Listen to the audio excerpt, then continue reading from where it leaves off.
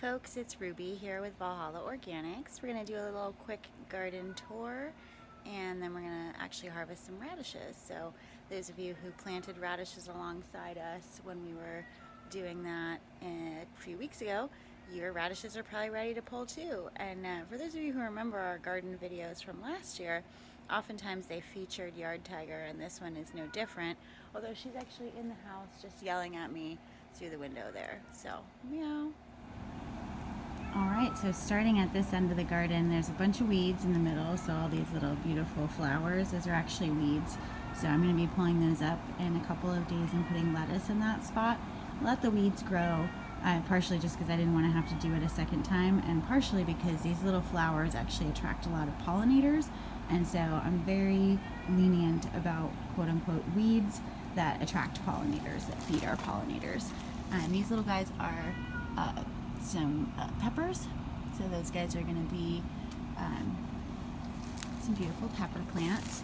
And in and along the weeds here we've got some nasturtiums coming up, so those are really good protective against bugs, and I'm grateful because you can see some of our Swiss chard is getting a bit chomped. So over here we've got a little spinach, and that's getting a little bit chomped as well, but not quite as much as the Swiss chard is. This is the cilantro, so it's coriander, but we're letting it go to seed. And so you'll see these are going to be little flowers, and the pollinators love them, and then there'll be little balls that are coriander.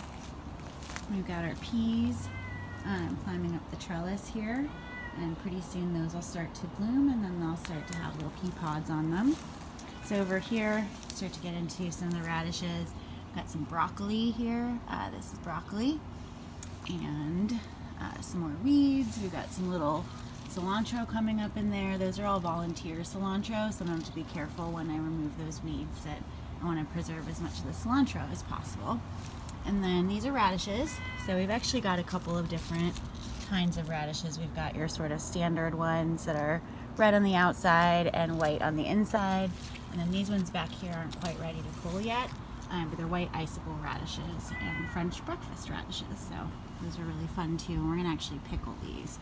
So continuing down the garden bed, we've got all these radishes definitely ready to harvest. You can see them starting to bust up through the soil and say they're ready. We've got a second crop of peas here, so you can see they're a lot smaller than the other ones. And a second crop of radishes. So that's really fun, is we'll get the first one now for radishes, and then the first set of peas, and then we'll come over here, we'll get the first set of radishes from here, and then that set of peas. So these guys are a little squash. These guys on the left here are zucchini, and on the right is a yellow crookneck squash. And then there's a little bit of space because we're going to probably put some other things in that spot. And then we've got 3 little cherry tomatoes. So those are 3 different cherry tomatoes. And that's pretty much the garden bed that we have right now.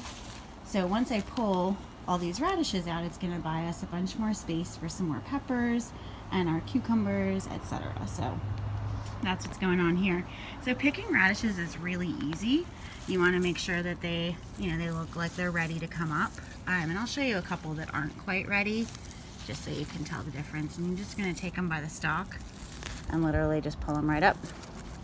I got a little weed with that one. So there's your radish. Very nice.